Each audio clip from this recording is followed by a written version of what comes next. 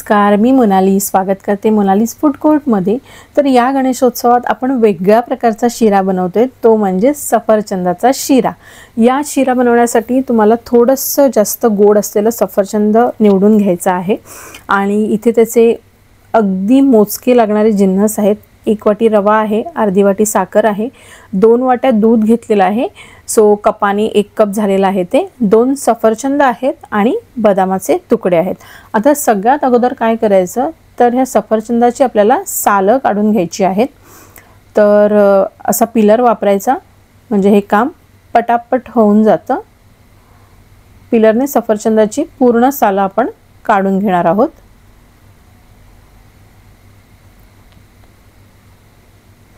आणि थोडं गोड सफरचंद यासाठी घ्यायचं की सफरचंदाची चव या शिरामध्ये आली पाहिजे। अगदी पचपचीत जर सफरचंद असेल तर ती मजा येत नाही। आता याला आपण कट करून घेऊया आणि याचे आपल्याला छोटे छोटे तुकडे करून घ्यायचे आहेत। सो मधला जो भाग आहे तो काढून टाकायचा आहे बीचा आणि छोटे तुकडे करून घ्यायचे आहेत।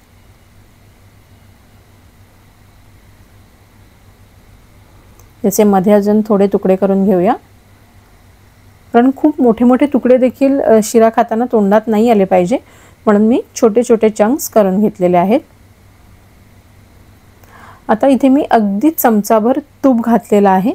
तर सगळ्यात अगोदर आपल्याला काय करायचं की तूप पातळ झालं की याच्यामध्ये हे सफरचंद घालायचं आहे।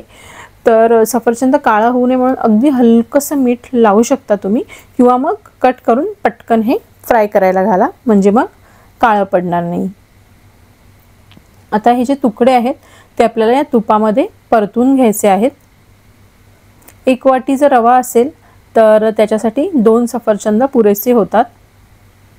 आता याच्यावर झाकण ठेवूया, गॅसची फ्लेम स्लो केलेली आहे आणि आपल्याला हे सफरचंद जे आहे ते शिजवून घ्यायचं आहे।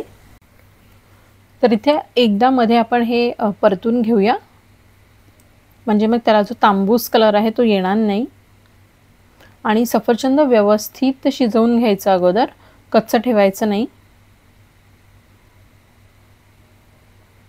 सगळ्या बाजूने व्यवस्थित परतून झाकण ठेवून हे आपल्याला शिजवून घ्यायचं आहे। तुम्ही बघू शकता सफरचंद इथे व्यवस्थित शिजलेला आहे।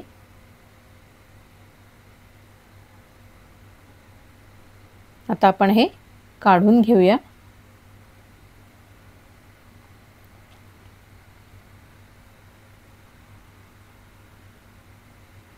आता याच्यामध्ये मी घालते अजून 1 चमचाभर तूप आणि आता याच्यामध्ये आपण रवा भाजून घेणार आहोत।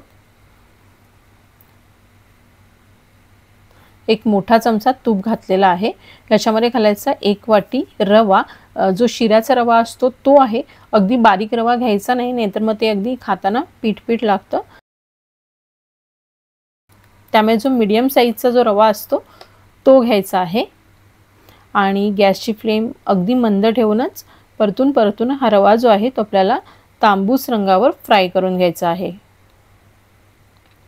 पटकन होण्यासाठी गॅस फास्ट करायचा नाही, कारण सगळ्या रव्याला एकसारखा कलर आला पाहिजे।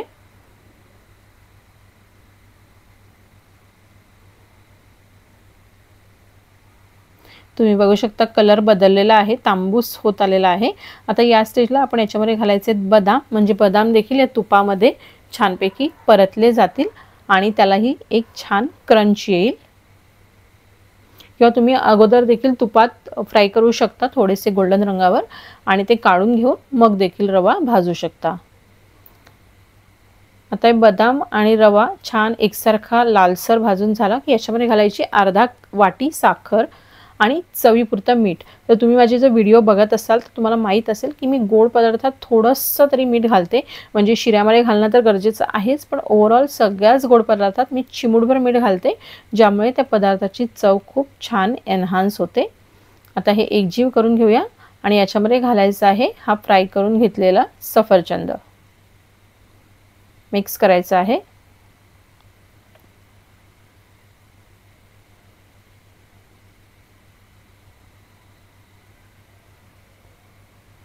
या रेसिपीसाठी तुम्ही शक्यतो गोड सफरचंद घ्या, नाहीतर मग ॲपल शिरा म्हणू शकत नाही, त्याची चव उतरत नाही. आता याच्यामध्ये आपण रव्याच्या दुप्पट म्हणजे 2 वाटी दूध घालणार आहोत. तर इथे मी कपामध्ये घेतलेलं आहे आणि हे हळूहळू करायचं, कारण गरम आहे रवा, त्यामुळे ते पटकन उडतं आपल्या अंगावर. त्यामुळे शक्यतो असा लांब दांड्याचा चमचा घ्यायचा, जेणेकरून आपल्या अंगावर देखील उडत नाही, आणि हळूहळू करायचं. तर इथे मी सगळं दूध जे आहे 2 वाट्या ते घालून घेतलेलं आहे. एकजीव करून घेऊया, एकसारखं करून घेऊया. मस्त. आता याच्यावर झाकण ठेवायचं आहे. गॅसची फ्लेम स्लोच ठेवायची आहे आणि छानपैकी वाफ काढून घ्यायची आहे. तर एक 2 ते 3 मिनिटं झालेले आहेत. आपण एकदा हे मिक्स करणार आहोत. अजून रवा फुलायला थोडा वेळ आहे, पण सगळ्या बाजूने एकसारखं आपण करून घेऊया. हे जे दूध आहे ते छान या रव्यामध्ये मुरेल. आता परत त्याच्यावर झाकण ठेवायचं आहे आणि वाफ काढायची आहे.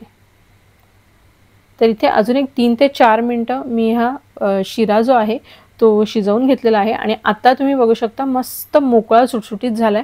मगाशी जो चिकट होता तसा दिसत नाहीये, अगदी सुटसुटीत झालाय, पण अगदी त्याचा गिज्जा देखील झालेला नाहीये. आणि इथे आपला सफरचंदाचा शिरा बनवून तयार आहे. तर इथे छानपैकी सफरचंद शिरा बनवून तयार आहे. या रेसिपीसाठीच्या खास टिप्स म्हणजे एक तर तुम्ही सफरचंद गोड घ्या, ज्याला छान चव असेल, म्हणजे मग त्याचा स्वाद या शिऱ्यामध्ये उतरेल.